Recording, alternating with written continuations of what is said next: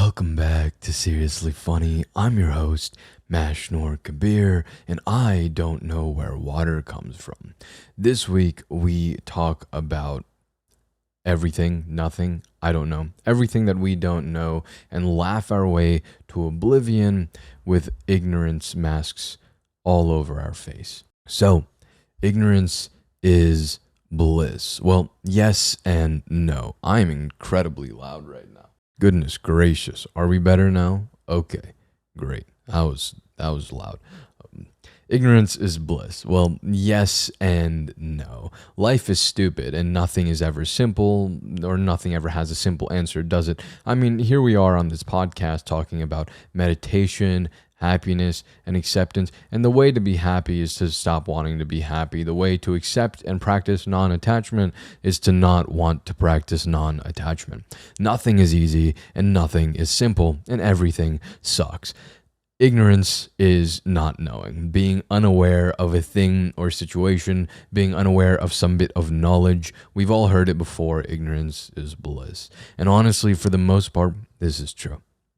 If you're wondering how I'm going to talk about 20 minutes on this topic, I'm not. This is going to be one of those multiple small topics episode. We have 3 topics here. Some I've touched on before. We'll go over it briefly in this one. Let's bring up a hypothetical person, Timmy.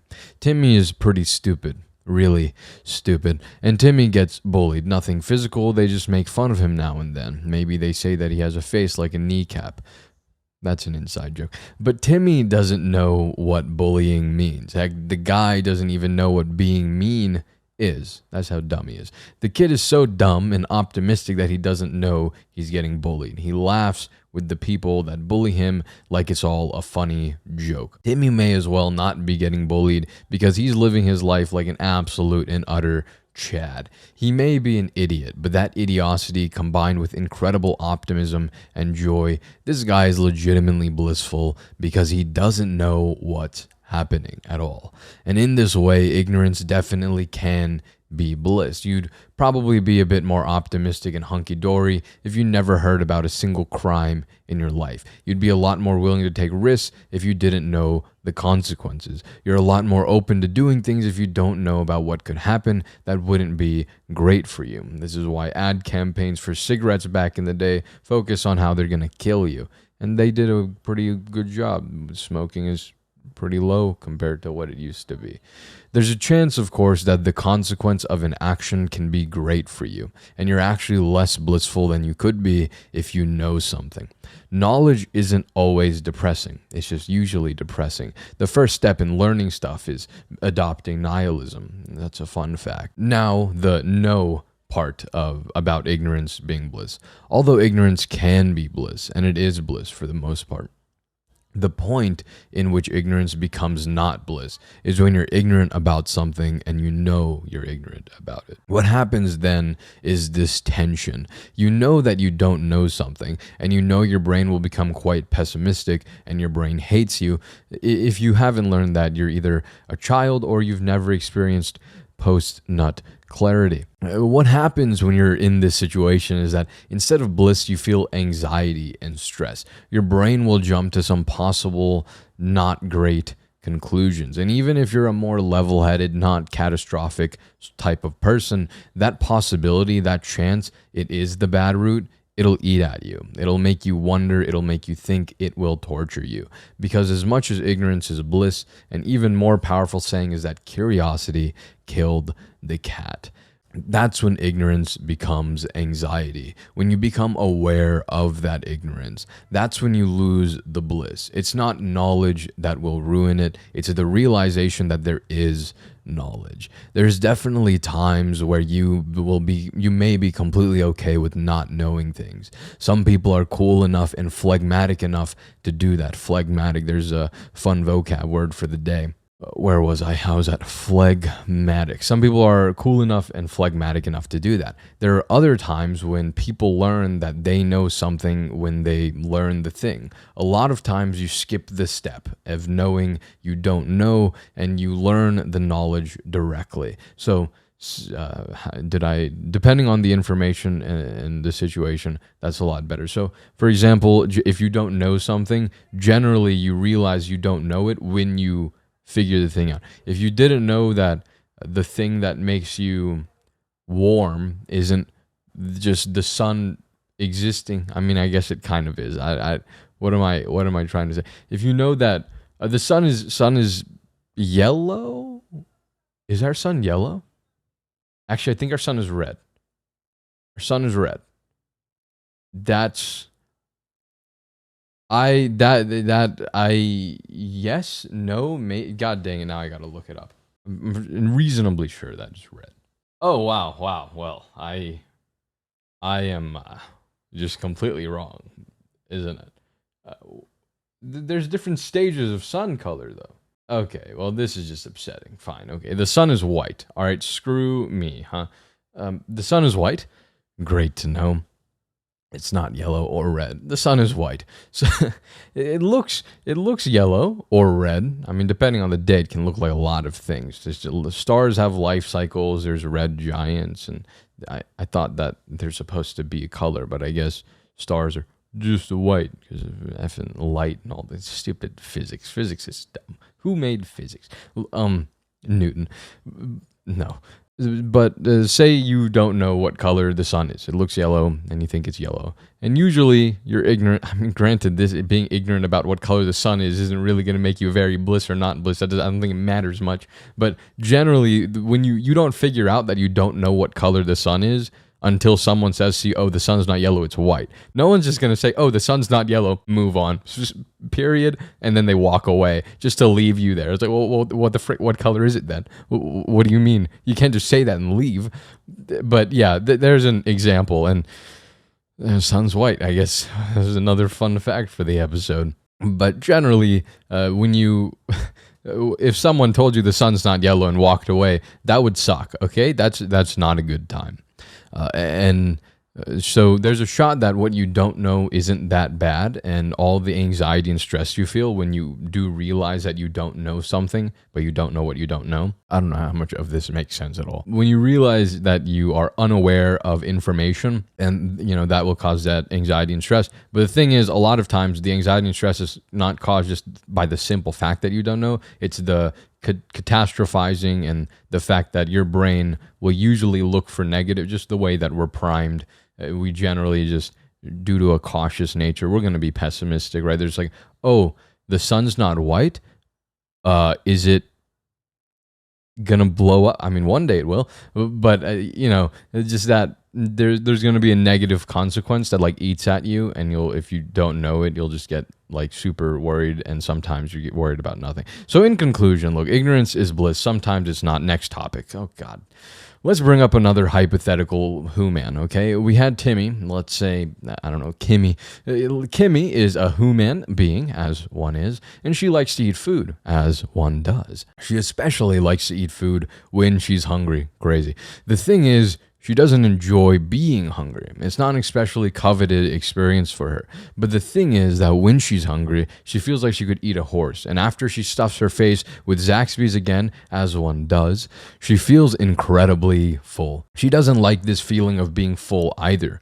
Kimi basically is never satisfied with her state of hunger. Either she's full or she's hungry. When she's hungry, she wants to continue eating because that makes sense. When she's full, she feels like she will never eat food again. Kimi is never satisfied. And you know what? This is when I realized that humans have a really hard time being satisfied. You've heard it before, and if you haven't, you will now. Humans are incredibly adaptive creatures. I made a video on this topic on my YouTube channel, my personal one, the Mashnor Kabir channel, many months ago. So if you want to hear this again, but with me sitting in front of my desk, go ahead and watch that video, because now you're watching me sitting behind my desk. Wild. But yeah, when I was I don't know what age, probably it was either 15 or 17, somewhere there.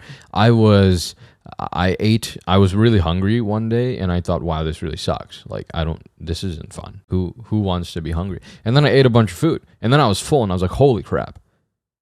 I can't eat anything. I'm never going to eat again. Like, I'm done. I'm literally never putting another piece of food in my face ever. I'm done. GG, good game. I've done it. I've curbied my way. I'm like, this food is gonna last me forever. And in those two states of being, because it's only like this very small state where I eat. I'm a really quick eater, so I ate. I was really hungry. I thought I could eat everything. I thought I could eat the world. And then I ate a few bits of food. Honestly, my stomach's not that big, even though I'm fat. Like, I honestly, I can't eat very much before I get full.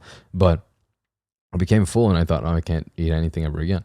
And the issue was, that's when I realized, like, wow, like, you can't be satisfied. You just can't be. Like, I'm not happy when I'm hungry, and I'm not happy when I'm full. Like, there's no, like, what the frick? There's no state, like, am I happy while I'm eating? Well, not really, because I feel like I'm wasting my time. I don't like the process of eating. I think it sucks. That's why I do it so quickly. So this created this weird, like, oh, this was when I realized that human beings just are really bad at being satisfied. Nothing is ever enough. Either you're unsatisfied because you have nothing, or you're unsatisfied because you have not enough. There's I don't know, man. Human beings can never be satisfied, and it kind of sucks. Like I said, human beings are incredibly adaptive creatures. I made a video on the topic, but people generally aren't satisfied for longer than, I don't know, a few moments. You get a raise and you're satisfied for a bit, and then you start wanting more. You buy a nice car, you're satisfied for a bit, and then you start wanting more. Human beings always want more. Some people call this ambition, others call it greed. And you may think that this is necessary. Without ambition, without greed, without wanting more, will you become stagnant? What reason do you have to improve, to do better at work, to want to get more done? You need this ambition, this greed. People wanting more is a way to go from survival to prosperity. It makes enough sense evolutionarily, but desire is also what causes us suffering, especially failure to attain that desire. At the very least, desire prevents most people from satisfaction. To assist with this, I'll posit a few ideas. Of course, the full chub idea is to let go of all desires, want nothing, throw away desire and ambition. It's all part of the ego, and you should eliminate that ego. Now that everyone is mad at me, let's get to the other ideas. Also, if you do want to eliminate ambition, and ask yourself, why would I even get out of bed if I had no ambition? If I wanted nothing, if I had no reason to want, or if I had no desire, what's the point of getting out of bed? You can only find the answer to that question once you've eliminated all of that ambition. I'm just as disappointed as you, to be honest. Other than that, I don't think that ambition and satisfaction need to be mutually exclusive. I think that you can go ahead and be satisfied with life and what you have earned, while also wanting and working for more. The key is to not get bogged down if you fail. The last one is to chill out. My last positive idea, okay? Be okay with where you are, and keep working to betterment. For no reason than, why not? Who knows? Let's read the Xerbia quote from And Then We'll Be Okay. Quote, I didn't see him because he doesn't exist. Did you really think there was some evil snake on a mountain bringing death and misery into the village? Did you really think that the world was so simple that only one thing is responsible for all the bad days? God, what is it with you lot? You have everything, you know that? And you spit on it. Like living in some enormous mansion, and one day you find a chipped brick, so you burn the whole dang house down. The old woman said, your species, mine once too. We must be the only creatures allergic to happiness. We ruled the galaxy a long time ago, and still quivered over who got more ice cream for dessert. Still wanted to pretend we didn't come from the mud. Still couldn't accept that meaning and solace aren't to be found in the heavens, but in the trenches of everyday living.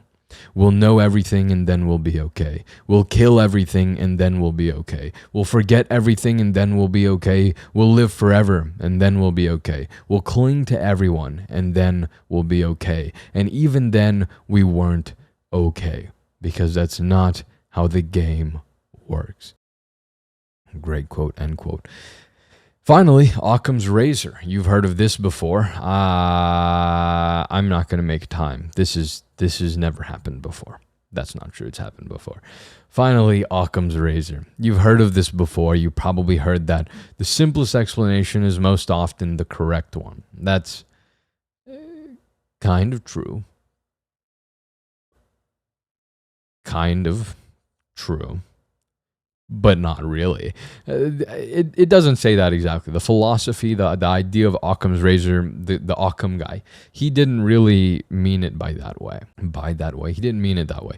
In actuality, it actually says that the crazy answers are not very likely. We've simplified this to reverse it, so we just complemented it.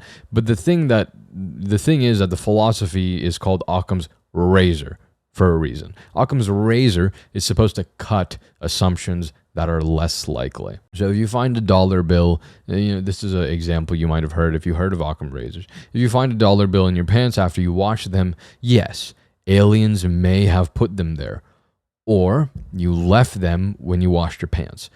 Occam's razor doesn't say that the second option is the true one. Occam's razor doesn't say you left them there and you washed your pants, therefore that is the correct solution. Occam's razor rather says that in order to believe in the explanation that aliens put them there, because that's a simple enough explanation, an alien put it there. Okay, fair enough. Then we have to assume aliens are real. And, I believe aliens are real too, but we have to assume that they exist. So that's an assumption still, because we don't know for a fact. Then we have to assume that they have the technology to somehow zip a dollar bill into your pants. Then we have to assume that they got a dollar bill. Then we have to assume that they know where your house is, and I don't know, maybe they broke in, maybe they have technology. We have to assume that they can somehow come to Earth or interact with Earth. There's so many assumptions there, and then for the only assumption we have to make for the idea that you just left it in your pants is that the assumption is that you forgot that you left it in your pants because you found it and you're a bit surprised. So Occam's razor doesn't say that the simple explanation is the best one. Occam's razor says that the explanation with the most assumptions should be disregarded, or better yet, the solution or explanation with the least assumptions is the most likely, or at least the best starting point. A lot of times it isn't about finding a solution, it's about finding a starting point. Where is it? Is this this is most likely, but it may not be the entire solution. Like we said earlier, life sucks, everything's complicated, and there's rarely a straight answer. So answers are hard, and simple solutions are really cool.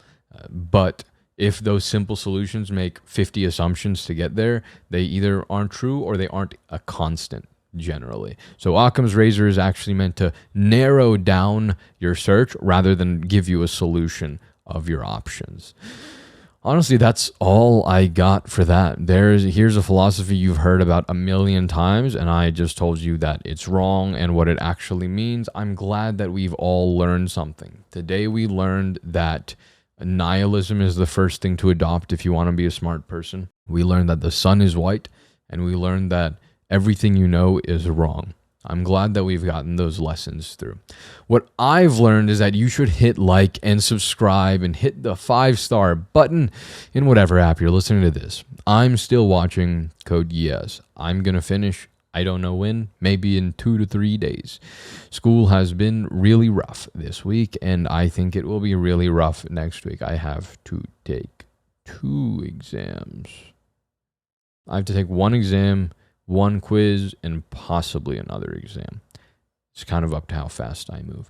But yeah, a lot of work, really dumb, really not fun. It's a bad time. If you want to learn some keyboard shortcuts in Notion, there was a video on my YouTube channel about that last week. So you can go give that a watch if you're interested in learning Notion keyboard shortcuts. A lot of those keyboard shortcuts work everywhere, especially in the Mac OS system. But yeah.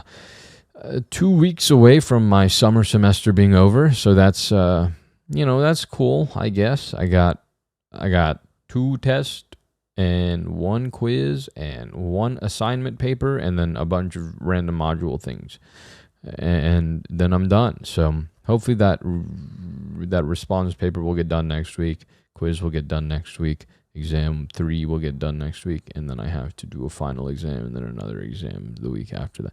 It just all sucks, really. I bought some new cards that will be coming later. That's fun. Maybe you'll see that if you watch the video version. Aside from that, thank you for listening to this episode of Seriously Funny. I will talk at you next week. Actually, will I? Yeah, this episode is going to be under 19 minutes. This is going to be the first under 19-minute episode in a long, long time, a short one. Next week is going to be on Oyasumi Bunbun. All right, so be ready for that one. That's going to be depressing. So, yeah, anyways, I will talk at you next week. Much love. Occam's your razor. Peace.